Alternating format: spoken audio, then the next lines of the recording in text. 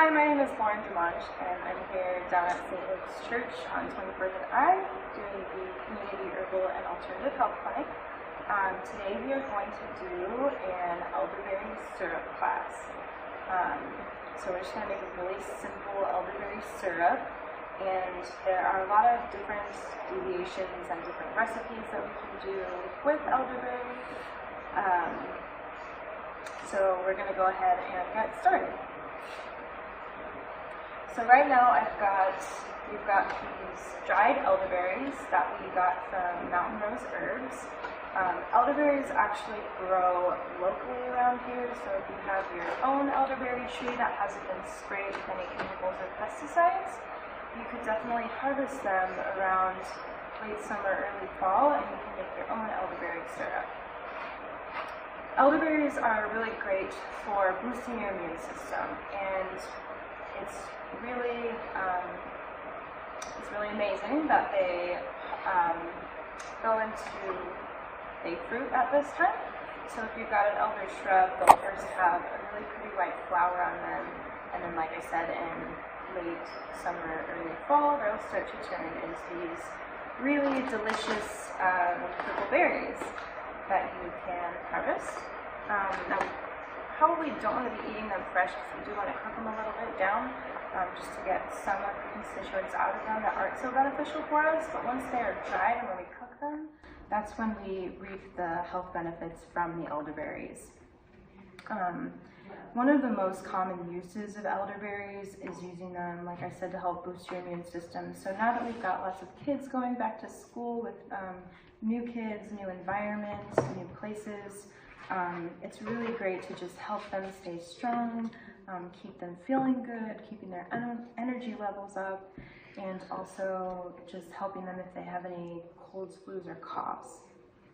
And it's also great for the parents to take as a preventative measure so that we don't pick up anything that our kids are bringing back from school. Now, for any of us, I mean, if you're homeschooling, if you don't have kids going to school, it's still a time when our immune systems start to get a little bit more sluggish. We start to wind down for winter and preparing to just have a little bit lower energy than normal. We don't have the sun that we're seeing out all day, so we do tend to still get colds and flus a little bit more frequently. So again, elderberry is just a really great thing to take to help prepare yourself for the fall and the winter. Now, what I've got here, so we're going to start out with these. If you want to use fresh, that's fine too, but we've got dried elderberries. So what I did was I took about a cup of the dried elderberries last night, and I soaked them in a glass bowl and just covered it with water, so that they could get a little bit mushy. That way when we cook them, we can more easily get the medicinal constituents from the plant. So now that I've got them soaked, I have them in this saucepan here on this hot plate, and I'm going to bring this, well, I've already brought it to a boil, so it's got it heated up a little bit, and then we are just going to simmer this on low for about 30 to 45 minutes. So now I'm going to talk about some of the different varieties of different herbs that you can include in your recipe when you're making an elderberry syrup. The great thing about elderberry syrup is there's not really a right or wrong herb that you can put in it, but there are a lot of really great herbs that we can put in the elderberry syrup to help enhance its effects and to get some different benefits from the herbs and syrup at the same time. For example, so first thing I'm going to talk about here is we got this really great adaptogenic blend here that we can add into the syrup. So I've got some sliced astragalus root, I've got some schizandra berries, and I've got some romania root. These are all known as adaptogenic herbs. So what that means is it helps our body to adapt to stress or changes, or such as environmental changes, even physical or spiritual or life changes. It can help us adapt to. And they just really give us a little bit of a boost in energy, as well as helping our adrenals and our kidneys to function a little bit better. They also have some slight blood cleansing properties to them too, which, if you think about it, is just kind of ties in with helping our immune system function better, because when we have cleaner and healthier blood, our body is going to function a lot better when we're experiencing any kind of changes. So this is kind of what the blend will look like, and you can either, since this astragalus is a little bit thick, you can grind those or chop those down in like a coffee grinder if you want to, just to help them break up and get the properties a little bit better from them. And then these are the schizandra berries. These are so tasty. I'm gonna eat one. So I've got about 2 tablespoons of the astragalus. I've just got 1 little chunk of Romania root here, and I've got about 1 to 2 tablespoons of the schizandra berry.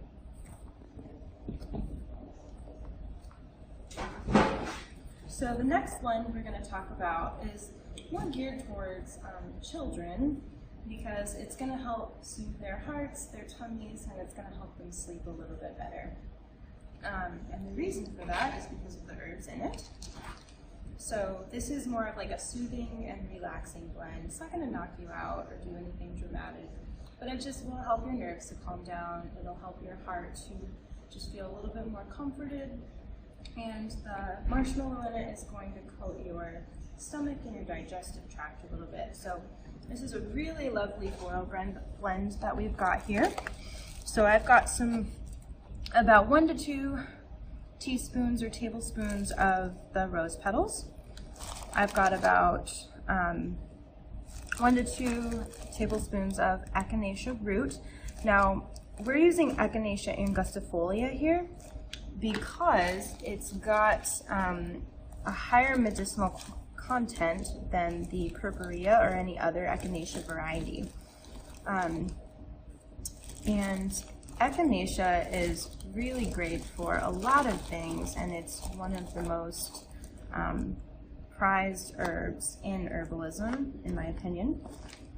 And the reason for that is because it does have those blood cleansing properties. It's also going to really kick out colds and flus. So it's going to complement the elderberry that we've got here and help kick out anything that you've already got.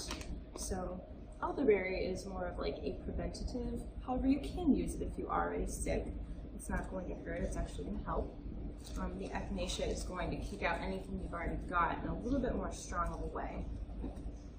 And then we've got rose hips here. So these rose hips are really wonderful because they have tons of antioxidants in them. So again, they're going to help cleanse the blood, and they're also going to help your cardiovascular system a little bit better because they've got some components that strengthen your blood vessels and the heart muscle itself. These are really wonderful. They're really high in vitamin C. So again, if you're not a fan of acidic orange juice, we can do rose hips instead. Another herb, if you like to be a little bit more exotic or experimental, is instead of doing the roses, you could do hibiscus. They're a little bit similar, but I think the hibiscus has a little bit more of a tangy flavor. I just think that would be really fun to do with the elderberry. And then we've also got lavender here. And as we all know, lavender is just absolutely wonderful for calming the nerves and helping us go to sleep a little bit better. And again, the marshmallow we're going to use here, this is what's known as a demulcent. So when we put the marshmallow in liquid, it's going to form this really gooey substance. And that gooey substance is really good for coating the digestive tract. So if we do have something like vomiting going on, or just like a lot of gas going on, upset tummies, this is really going to help with that a whole lot. So that covers our immune strengthening, relaxing, and soothing blend. The last blend that I'm going to talk about while these lovely elderberries are cooking is, this is like a chai elderberry blend. So the great thing about this one is it's going to really kick out and really help expel a lot of mucus and phlegm that you might have. If you've already got a cold or a cough, or you're not feeling so great, this is really going to kick a lot of that out. This is used a lot in East Asian cuisine and cooking and drinking as a tea. The chai tea is a really popular drink. It's becoming very popular over here as well because of its wonderful properties. So a little bit, the ingredients we've got here are cardamom. Now I actually, for the syrup, recommend using the cardamom seed pods and crushing them up a little bit if you have like a mortar and pestle, or even just taking like your basic kitchen knife and kind of chopping it up a little bit. Just because we have the whole seed pod, which is going to have more of the properties that we want to get from it. Cardamom is a wonderful spice. I love it so much because it's a very unique spice. If we smell it, it's like nothing else. So it's got that spicy aromatic flavor. It's going to help with calming the nerves, but it's very warming. So it's really warming if you've got like chills and you're not feeling so great. It's going to warm you up, and it just tastes lovely. And then you can add cloves. I'm not going to put cloves in this recipe here, but you could add cloves for an extra kick. Cloves are very, very warming and heating, so they're going to promote a lot of circulation. One thing that cloves are really great at and used for are toothaches. So if you do have any kind of toothache or nerve pain related to dental issues, cloves are really great for that. We've also got some ginger. Now this is a fresh ginger root right here, that what I would do is I would take about maybe 4 to 6 chunks of this. I would just kind of slice it up like so. Let me just slice them up right here.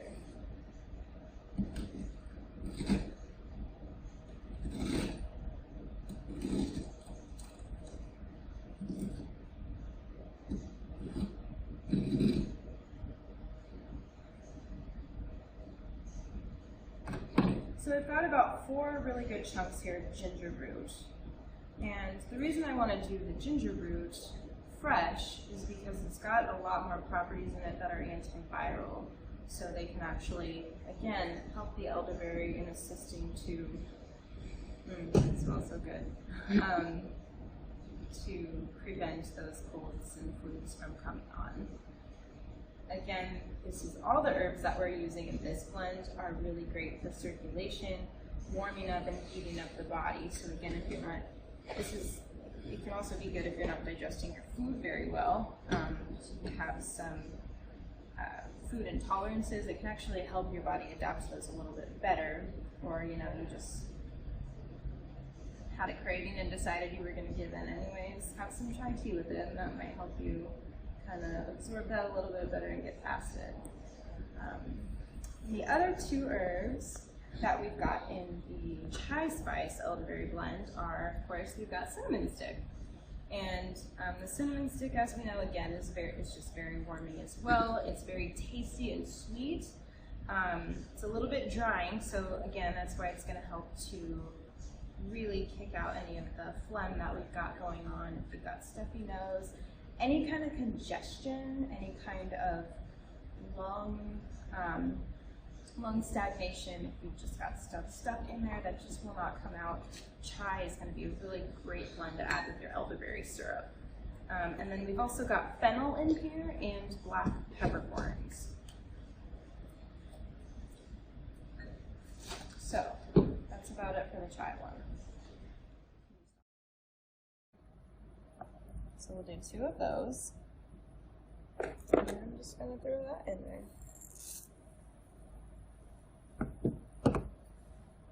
I'm just going to stir this. It's a really beautiful blend.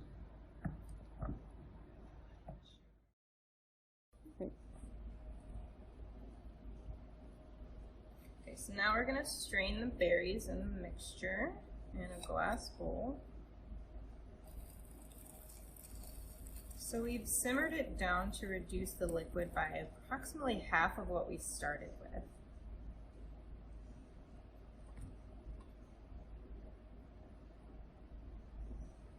Turn my burner off.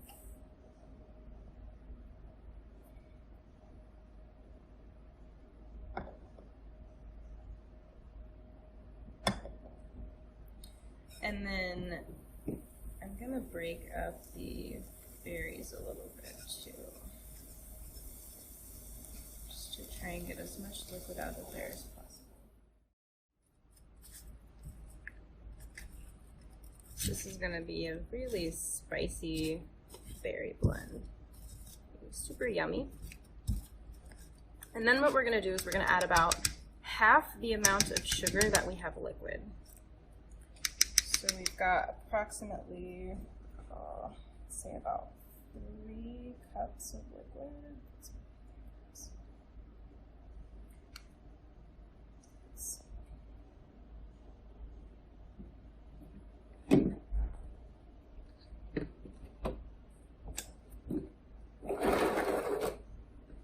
So I'm going to take some sugar and I'm going to add the sugar to it.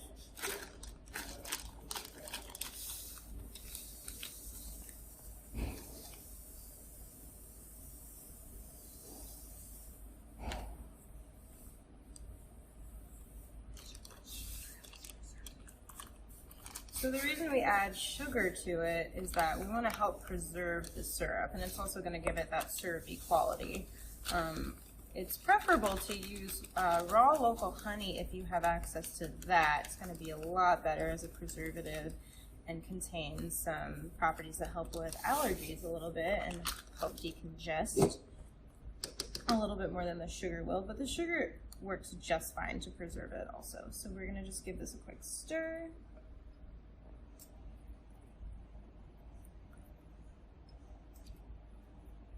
I'm going to stir this up really well.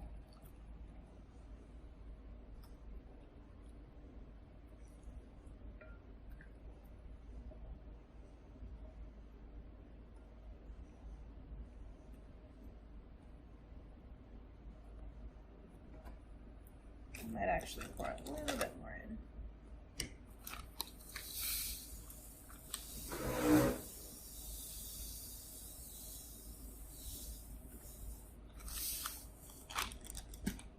That should do it.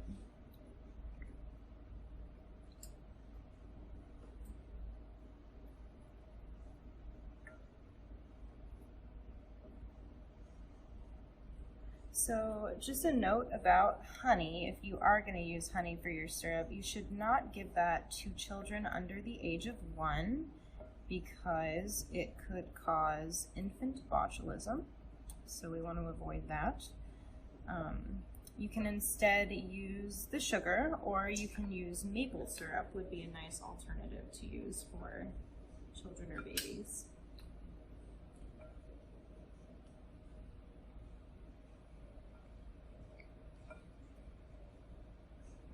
And then now that we've got this mixed up, we can go ahead and pour it into our containers.